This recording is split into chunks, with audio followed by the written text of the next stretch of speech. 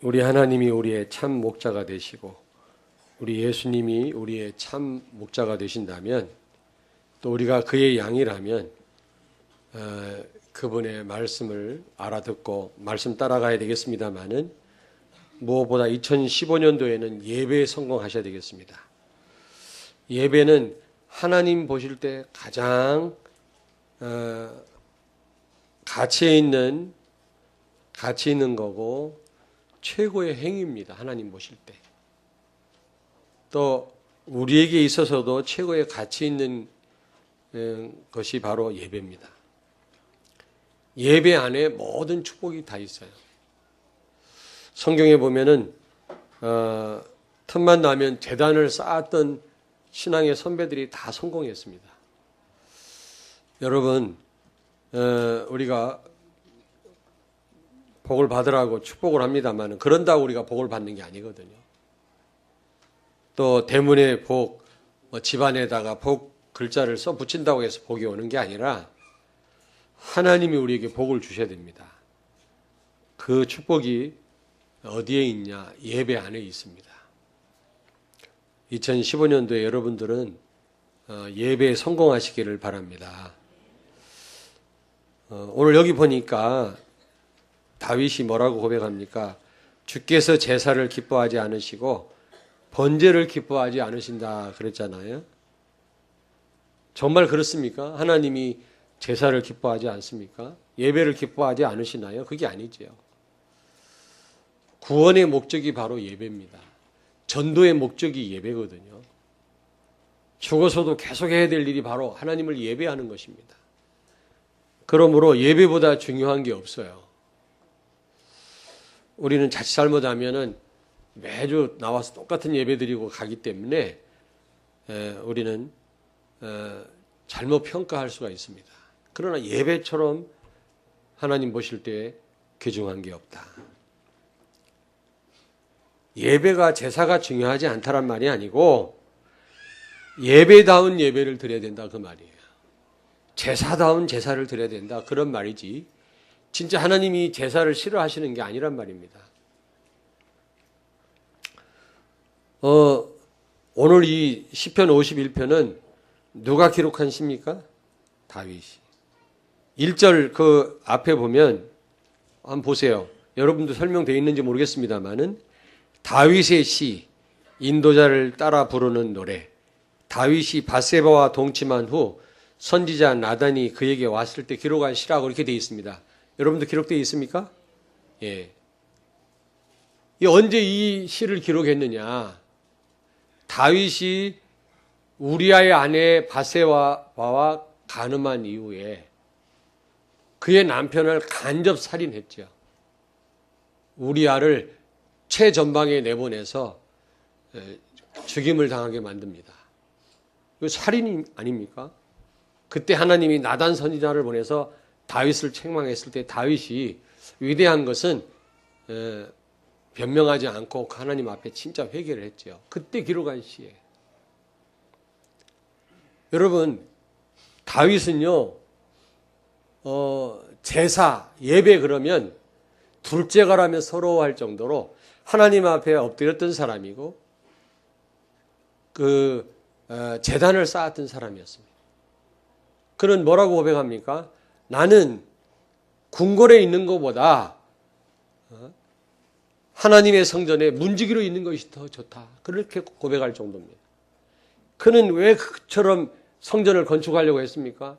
마음껏 백성과 함께 하나님을 예배하기 위해서 그렇게 성전을 건축하기를 원했어요. 결국 그 아들 솔로몬이 했지요. 아주 이 제사를 기뻐하고 하나님께 예배하는 것을 즐거워했던 사람입니다. 누가? 다윗이요. 근데 그런 다윗이 이 우리아의 아내 밧세바를 간음했단 말이에요. 그리고 그 남편을요 간접 살인을 한 겁니다. 이 사건 후에 다윗이 무엇을 깨달았냐? 예배 드리는 거 중요하지만 중요한 게 빠진 예배는 우리에게 별 유익이 되지 못하는구나. 하나님이 정말로 원하는 예배는 무슨 예배라고? 상한 심령으로 드리는 예배구나. 이걸 깨달은 겁니다. 아시겠습니까? 옆에 있는 분한테 아직 의미를 잘 모르지만 옆에 있는 분한테 축복하세요. 상한 심령으로 예배합시다. 지금 이 시간에도 많은 교회들이 아마 하나님께 예배 드릴 것입니다. 그러나 예배다운 예배를 드리지 못한다면 결국 하나님이 받으시지 않습니다. 물론 오늘 우리 찬양대가 찬양했던 것처럼 오늘 예배에 대한 찬양이에요. 또 감사하게. 우리 전 삶이 물론 어느 곳에서나 우리가 예배해야 됩니다만은 특별히 우리가 성전에 나와서 하나님 앞에 예배할 때 상한 심령을 가지고 나와서 예배를 해요. 이 상한 심령으로 드린 예배야말로 참 예배요 참 제사인 줄로 믿습니다. 이 예배를 여러분이 회복하시고 2015년도에는 반드시 예배에 성공하는 여러분 되길 바랍니다. 그 안에 축복이 다 있다니까요, 정말로. 사무엘상 12장 1절부터 15절에 나오는 내용이죠. 그렇게 예배를 즐거워하고 하나님 앞에 틈만 남은 제단을 쌓았던 이 다윗이 이런 범죄를 범할 수가 있겠습니까? 여러분 생각해 보세요. 예배가 중요하지만 예배 드렸다고 다가 아니란 말입니다. 또 잘못 알아들으시면 안 돼요. 또 예배가 다 아니구나 또. 그 말이 아니라 제대로 하나님 앞에 예배할 때 흑암 권세 무너지고요. 우리는 하나님의 축복을 달라고 하지 않아도 축복은 오게 돼 있어요. 여러분 산업의 역사 일어나게 돼 있어요. 어린 우리 렘넌트들이 예배의 중요성을 알고 제대로 된 예배를 평생 드린다. 이건 보통 축복이 아니죠. 저는 모태 신앙입니다. 모태가 아니라 못해 신앙. 그런 신앙인데 이 참 하나님 기뻐하는 예배를 잘 몰랐어요. 예배 안 가면 또 엄마한테 혼나니까 또 가서 예배 드리고 또 가끔 또 헌금도 까먹다가 돼지게 얻어맞고 이랬습니다. 그러니 그게 무슨 예배가 됐겠습니까? 제대로 이 참된 예배를 제사에 대해서 제가 어릴 때부터 가르침을 받았다면 아마 얼마나 하나님 기뻐하시고 많은 응답들을 받았겠습니까? 자, 그렇다면 여러분 참 제사는 상한 심령이라고 그러는데 상한 심령이란 도대체 어떤 심령인가? 도대체 무슨 말이냐? 여러분이 아셔야 이런 마음으로 예배를 드릴 거 아니겠습니까? 상한 심령이라고 하는 것은 첫째로 인간의 한계를 나의 한계를 절감하는 마음이에요. 다윗은 제사라면 둘째가라면 서러운 사람이었는데 그는 그렇게 예배 드려놓고도 실패했거든요. 밧세바와 간음을 했거든요. 그걸 통해서 그는 자기 자신의 무능력함을 발견한 거예요. 인간의 한계를 깨달은 겁니다. 우리는 하나님 앞에 예배할 때마다 나의 한계를 여러분 깨닫고 우리 하나님 앞에 예배해요. 인간은 창세기 3장 문제에 묶여 있잖아요. 이게 바로 한계 아니겠습니까? 흑암에 꽉 잡혀 있어요. 아무리 많은 걸 가지면 뭐합니까? 많이 배우면 뭐합니까? 사단 심부름 하는데. 그렇잖아요. 우리가 예수 믿고 이 창세기 3장 문제에서 빠져나왔습니다마는 그러나 계속 우리는 죄에 빠지고 흑암의 공격을 받잖아요. 그런데 우리 힘으로는 이 문제를 해결 못해요. 여러분. 불신자 6가지 상태에 묶여 있지 않습니까? 그냥 불신자는요 완전 여기 묶여 있습니다. 우리는 여기서 빠져나왔지만 아직도 이 부분에 계속 걸려들잖아요.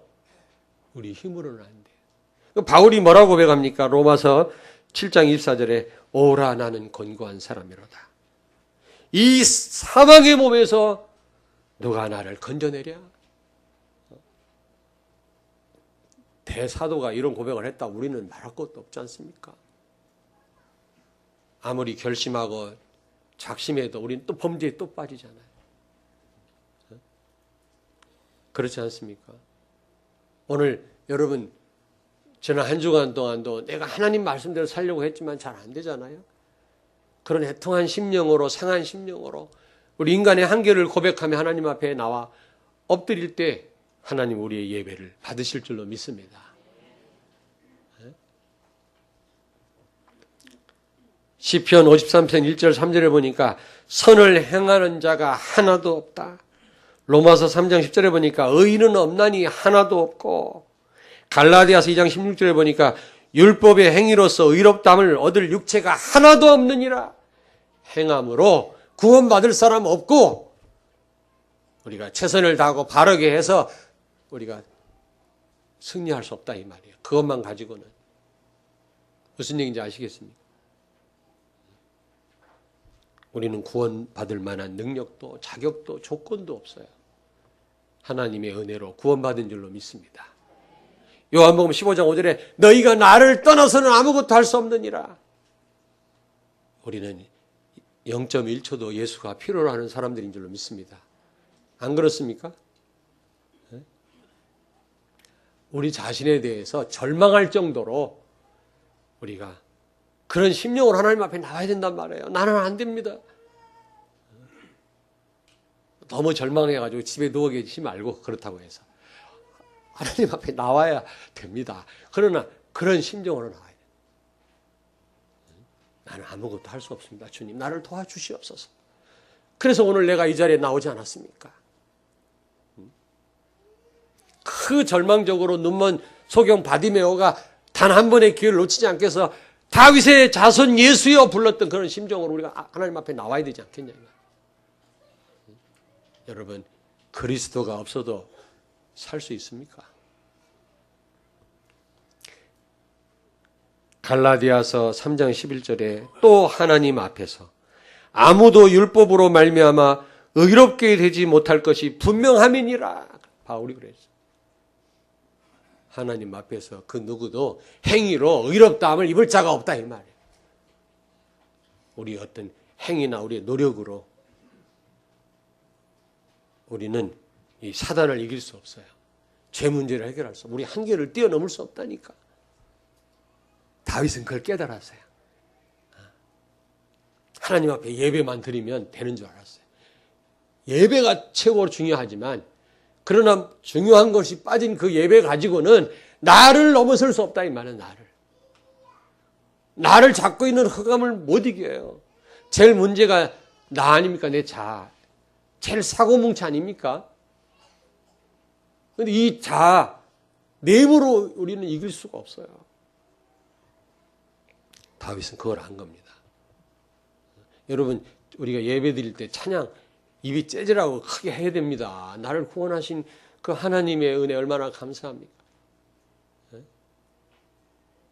어떤 분이 후두암 걸려가지고 여기를 샥션이라고 그러고 여기를 뚫었어요. 호흡을 못하니까. 바람이 휙휙 새는 거예요. 말을 못해요. 이번 하는 얘기가 뭡니까? 목사님, 나 교회 가는 게 소원이고요. 하나님 찬양하는 게 소원인데 이게 바람이 새서. 건강할 때 하나님을 찬양하시기 바랍니다. 하나님을 마음껏 찬양해야지. 찬양하는 건지 조는 건지 예배를 해보게 되는데, 그래 어느 교회는 뭐 빈 자리가 없어요. 뭐 파이프 오르간이 뭐 수억 대인데요. 그래 놓고 막 휘황찬란하게 예배는 드리는데 중요한 게 빠졌어요.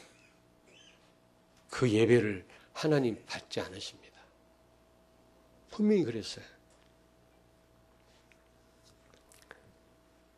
이사야 40장 30절에 소년이라도 피곤하며 곤비하며 장정이라도 넘어지며 쓰러지되. 이게 무슨 얘기입니까? 소년은 피곤하지 않습니다. 막 하루 종일 뛰어다녀도. 만약에 어린 소년이 가만히 있다 병든 거예요. 우리 장로님들이 뛰어다니면 큰일 나요. 병들어요. 근데 어린 소년은 막 돌아다녀요. 물론 예배 시간 돌아다니면 안 되고. 그리고 장정은 넘어지지 않습니다. 근데 장정도 넘어지고 자빠진대요. 소년도 피곤하고 곤비하대요. 인간의 한계입니다. 인간의 한계를 절감해야 돼요. 다윗은 예배만 잘 드리면 되는 줄 알았어요. 근데 자기가 밧세바 사건에 자기가 여지없이 무너진 걸 깨닫고 인간의 한계를 깨닫고 하나님 앞에 나온 것입니다. 이게 상한 심령이에요. 주여, 내 힘으로는 할 수 있는 게 하나도 없습니다. 나를 도우소서. 두 번째로 상한 심령이란 어떤 심령이냐? 재물의 한계를 절감하는 마음이에요. 재물. 이사야 1장 11절을 찾습니다. 이사야 그 앞에 아가서 앞에 있죠.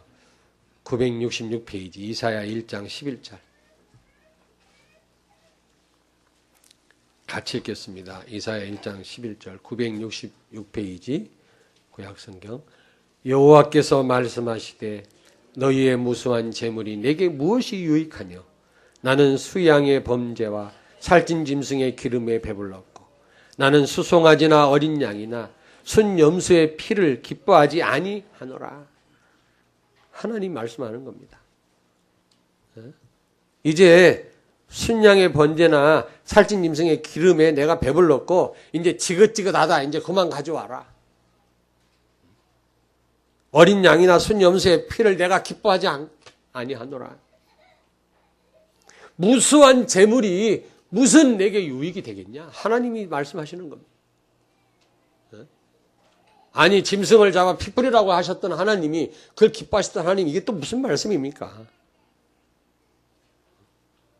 중요한 게 빠진 예배는 아무리 우리가 정성을 들이고 우리가 꼬박꼬 하나님 앞에 나와 예배한다 할지라도 하나님 받지 않으신다.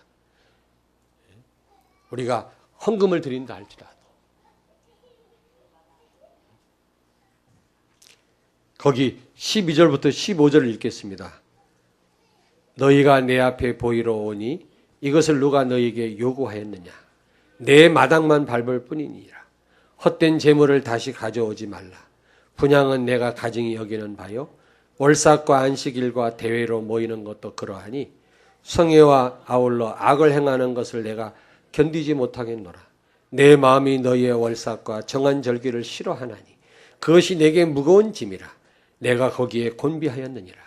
너희가 손을 펼 때에 내가 내 눈을 너희에게서 가리고 너희가 많이 기도할지라도 내가 듣지 아니하리니 이는 너희의 손이 피가 가득함이라.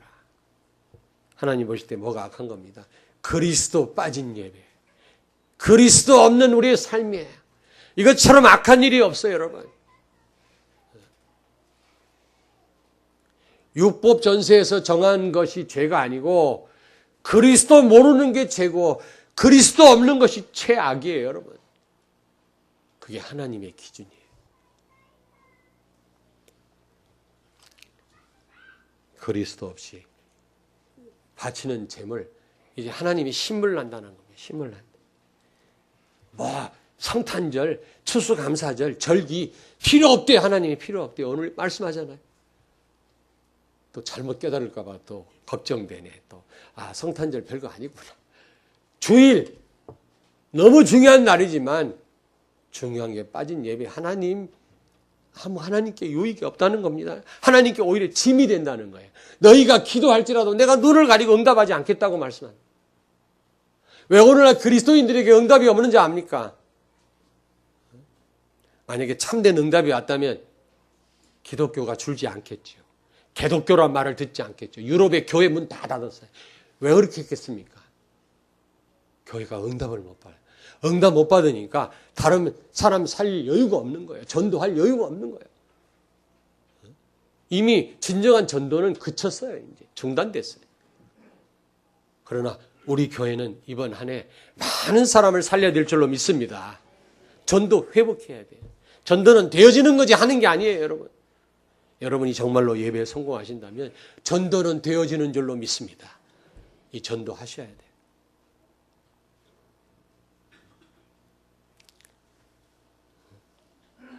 여러분, 이가 아프십니까? 치통을 앓고 계십니까? 왜 표정이 그렇습니까?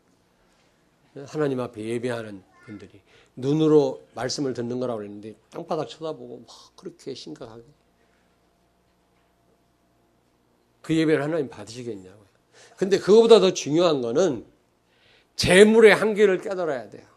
재물의 한계. 이게 무슨 말입니까? 히브리서 9장 12절 13절에 보니까 짐승 피를 뿌려가지고도 죄 문제 해결받았어요.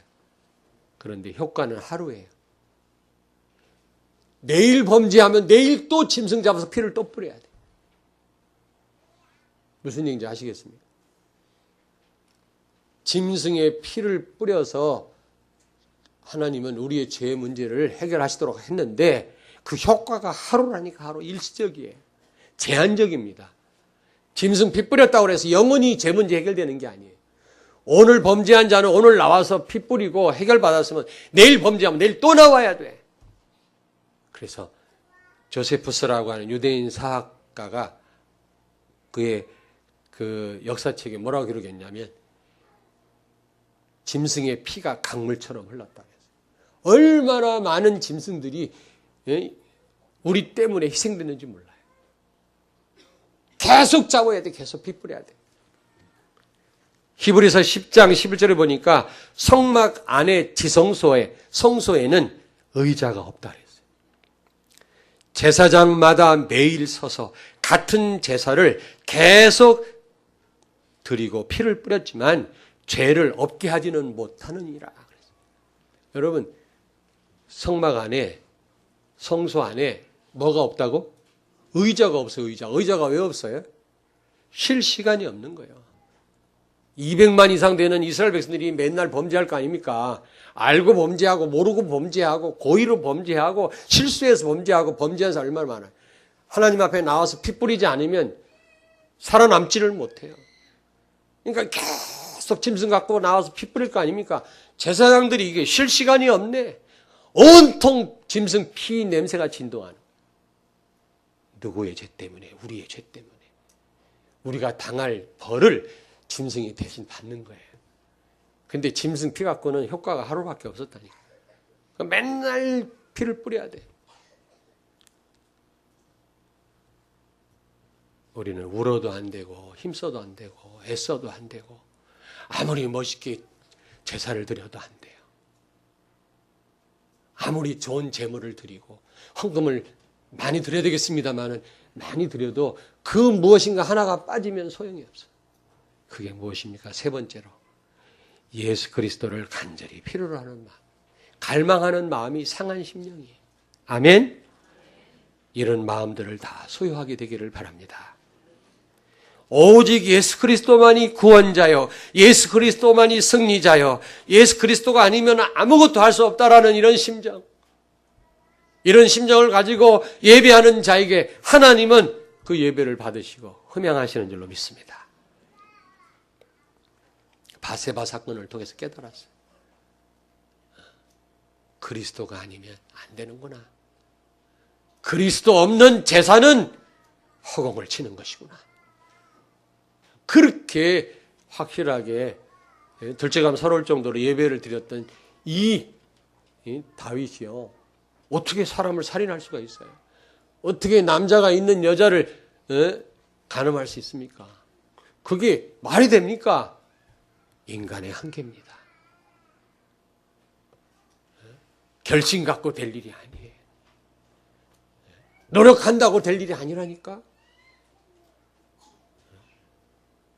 예배 잘 드린다고 될 일이 아니란 말이에요. 잘 드려야 되겠습니다만 그리스도를 갈망하는 마음으로 드려야 될 줄로 믿습니다. 요한복음 14장 6절에 나는 길이요 진리요 생명이니 나로 말미암지 않고는 아버지께로 올 자가 없느니라. 하나님 만나는 유일한 길이요, 사단을 깨뜨릴 수 있는 유일한 길이요, 지옥 권세를 해결할 수 있는 유일한 길이 예수 그리스도인 줄로 믿습니다. 참 왕, 참 제사장, 참 선지자 그리스도로 오셔서 우리가 해결할 수 없는 원죄를 해결하신 분이십니다. 인간의 근본을 해결했죠. 모든 문제 해결자이신 줄로 믿습니다. 그래서 베드로가 뭐라고 고백했습니까? 천하에 예수 그리스도 말고는 우리에게 구원받을 만한 이름을 주신 적이 없다.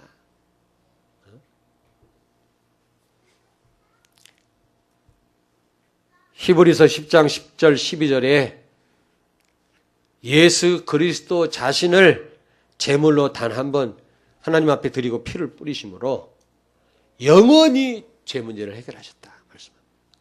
그리고 하늘 보좌 우편에 앉으셨다. 여러분, 히브리 기자는 뭐라고 얘기합니까? 짐승의 피를 가지고도 우리의 죄 문제가 해결됐거든. 하물며 하나님 아들 예수 그리스도의 피가 너희를 어찌 깨끗게 할 수 없겠느냐? 그리스도의 피로 우리가 영원히 사함받은 줄로 믿습니다. 죄사함. 아멘. 그 그리스도께서 자신을 제물로 십자가에 달려 죽으심으로 피 뿌리심으로 하나님 우편에 앉으셨다 그랬어요. 왜 앉으셨죠? 보좌에 앉으셨다. 하늘나라 보좌에. 왜? 더 이상 제사 드릴 필요가 없다 이 말이에요. 제사장들은 의자가 없어요. 계속 제사 드려야 됩니다. 그러나 대제사장 대신 참 제사장 되신 예수 그리스도는 단 한 번 피 뿌리심으로 모든 문제 해결해 버리시고 하늘 보좌에 앉으셨다 그랬어요. 한번 찾아보겠습니다. 히브리서 10장 11절. 제 말을 못 믿으시는 것 같아요. 히브리서 10장. 야고보서 앞에 있죠. 10장 11절을 같이 읽겠습니다. 11절 12절 363페이지 히브리서 10장 11절 12절을 같이 읽겠습니다. 제사장마다 매일 서서 섬기며 자주 같은 제사를 드리되 이 제사는 언제나 죄를 없게 하지 못하거니와 오직 그리스도는 죄를 위하여 한 영원한 제사를 드리시고 하나님 우편에 앉으사. 의자에 앉으셨단 말은 더 이상 제사가 필요 없다. 우리의 모든 문제를 해결하셨기 때문에. 아멘. 에베소 2장 8절 9절에 보니까 그 은혜로 인하여 믿음으로 말미암아 구원을 얻었나니 이는 우리에게서 난 것이 아니요 하나님의 선물이니라. 여러분, 구원은 믿음으로 얻은 것이고 하나님 은혜로 받은 것이고 하나님의 선물인 줄로 믿습니다. 구원받을 만한 자격이 우리에게는 없어요, 여러분. 사망에서 우린 절대로 빠져나올 수가 없습니다. 우리 힘으로는 원죄를 해결할 길이 없다니까. 예수 그리스도로 말미암아 그 은혜로 되어진 일인 줄로 믿습니다. 구원받은 우리가 하루하루 살아나가는 것도 하나님의 은혜인 줄로 믿습니다. 고린도전서 15장 10절에 나의 나된 것은 하나님의 은혜로라. 바울이 고백했잖아요. 이런 정심으로 하나님께 예배하는 자를 하나님이 기뻐할 줄로 믿습니다. 그리스도가 아니면 안 되는구나. 옆에 있는 분한테 축복하세요. 예수 아니면 안 됩니다. 여기 시편 51편 다시 돌아갑니다. 본문으로. 그래서 끈이 필요한 거예요. 끈을 얻다가 두고 또 막 헤매십니까 여러분? 본문에다가 항상 끈을 딱 끈으로 표시를 해놓고 빨리빨리 돌아가야죠. 여기 51편 10절 11절을 같이 읽습니다. 하나님이여 내 속에 정한 마음을 창조하시고 내 안에 정직한 영을 새롭게 하소서. 나를 주 앞에서 쫓아내지 마시며 주의 성령을 내게서 거두지 마소서. 아멘. 성령의 인도가 아니면 안 된다는 것을 깨달은 거예요. 근데 구약시대 때 성령의 역사는 들어왔다 나갔다 그랬어요. 기분 나쁘면 나가세요, 성령이. 그러면 이건 아무것도 아니잖아요. 그러니까 구약시대 우리 성도들 기도는요, 제발 나를 버리지 마시고 나를 떠나지 마시라는 게 그게 기도였습니다. 그럼 우리는 그럴 필요가 없잖아요. 볼지어다 세상 끝날까지 너희와 항상 함께 있으리라. 그리스도로 말미암아 우리 안에 들어오신 성령은 우리와 영원히 함께 하신 줄로 믿습니다. 성령의 도우심이 없이는, 성령의 인도가 없이는 우리는 아무것도 할 수 없어요. 우리가 바르게 하는 것도 좋고 열심히 하는 것도 좋고 최선을 다하는 것도 좋지만, 그러나 성령의 인도 받는 것처럼 중요한 일이 없어요. 바르게 해서 다 잘 될 것 같으면 바르게 하는 사람이 얼마나 많아요. 그렇다고 잘 됩니까? 재앙 가운데 있는 사람이 얼마나 많은데, 바르게 해놓고도 망하는 사람이 얼마나 많은데.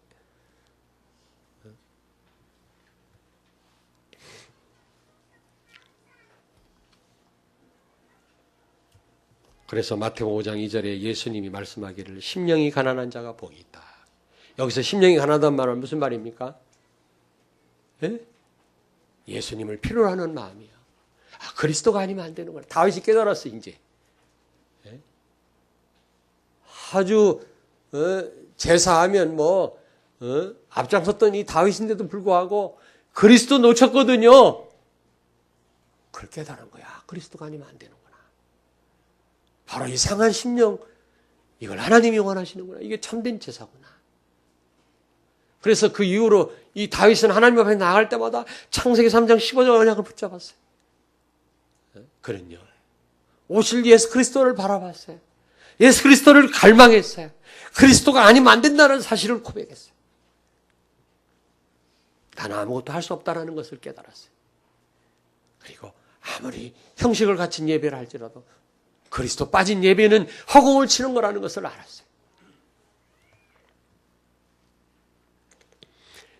그래서 에베소 3장 18절 19절에 보니까 바울이 에베소 교회 교인들에게 뭐라고 얘기했습니까? 사랑하는 에베소 교회 교인들아, 예수 그리스도를 넓게, 높게, 길게, 깊게 깨닫기를 원하노라.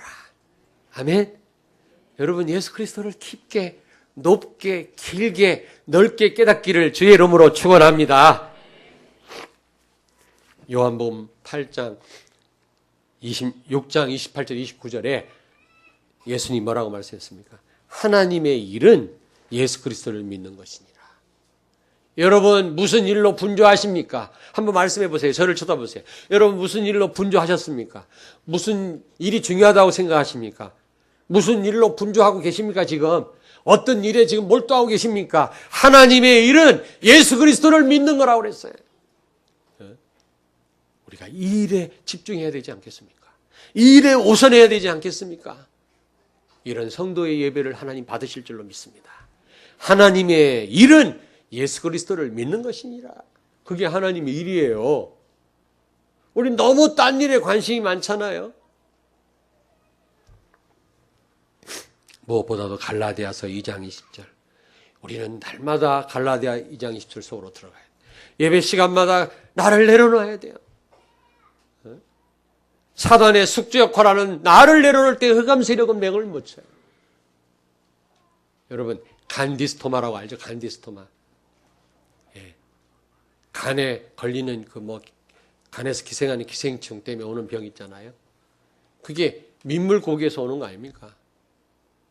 살아있는 민물고기 속에 있다가 그 기생충이 우리 안에 들어오는 것입니다. 민물고기 안 먹으면 그 간디스토마에 안 걸려요. 민물고기가 숙주라, 그 기생충이. 사단의 최고의 숙주가 누군지 압니까? 나야, 나. 나를 조종하는 거예요. 나를 동원해서 모든 하나님을 대적하는 일을 하는 겁니다. 하나님의 응답을 못 받게 하는 것입니다. 그러므로 나를 포기하고 나를 내려놓으면 하나님이 마음껏 역사하는 줄로 믿습니다. 사단이 맥을 못 쳐요. 우리는 출애굽과 함께 출자를 해야 돼요. 출자. 오늘 이 시간에도 갈라디아서 2장 20절 속으로 들어가길 바랍니다. 그리스도께서 십자가에서 모든 문제를 해결했을 뿐만 아니라 그 십자가에 내가 달려 죽었다. 그러므로 이제 내 안에 사는 분은 예수 그리스도, 나는 없다.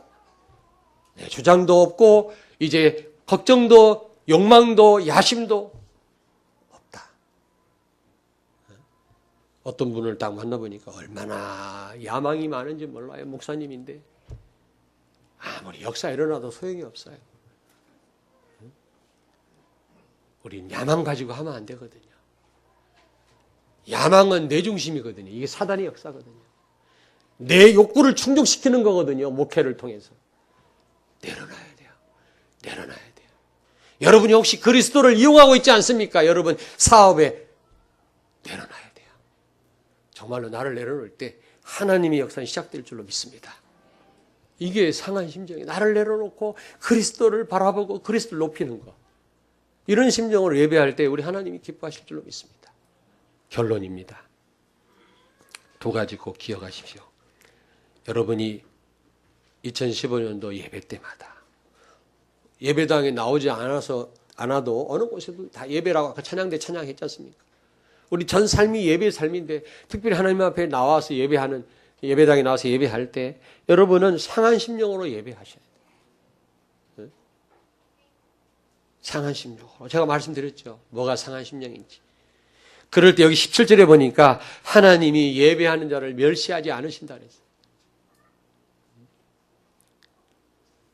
멸시하지 않으신다는 말은 우리에게 관심을 두시고 우리를 기뻐하시고 우리를 용납하시고 우리를 돌아보신단 말 아닙니까? 축복하신단 말 아니겠어요?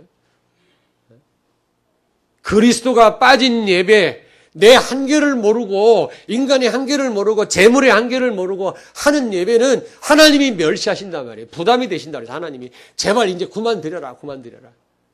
제발 성전 문을 닫았으면 좋겠다고 하나님 탄식하십니다. 그래서 교회 문을 닫고 있는지도 모르겠습니다. 물론 우리가 예배할 때 막 찬양 입이 째지라고 해야 돼요. 진짜 막.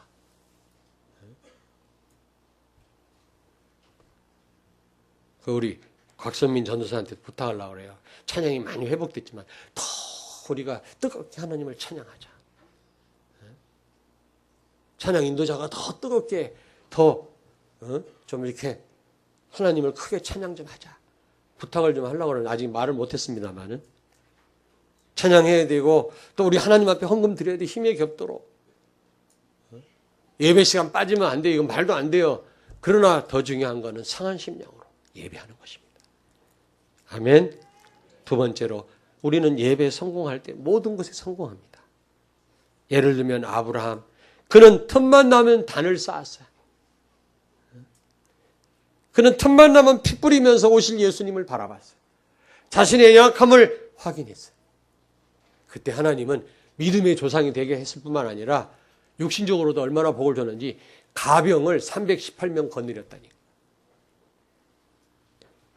다윗 뭐 많은 사람이 있지만 두 사람만 예를 들게. 다윗, 그는 바세바 사건을 통해서 참 제사가 어떤 건지를 알았어요. 그 이후로 그가 제단을 쌓았어요. 그와 같은 응답받은 왕이 전무후무합니다. 지금도 유대인들이 가장 존경하고 동경하는 왕이 다윗이에요. 그 정도로 복을 받아 시대를 살렸어요. 아무쪼록 2015년도에 예배에 성공하는 우리 모든 성도님들이 되길 주의 이름으로 축원합니다. 기도하시겠습니다. 하나님 아버지, 2015년도에 하나님께서 가장 기뻐하는 그런 상한 심령으로 예배하는 우리의 예배가 되게 해주시고 다윗과 같이 상한 심령으로 예배하는 가운데 하나님께 최고로 영광을 돌리게 하시고 우리에게는 최고로 은혜 받고 축복받는 한 해가 되게 하여 주옵소서. 특별히 모든 중직자와 렘넌트 성도가 예배하는 일에 앞장서게 해주시고 예배에 성공하게 해 주시옵소서. 그래서 모든 것에 성공하는 한 해가 되게 해 주옵소서. 예수님 거룩하신 이름으로 기도하옵나이다. 아멘.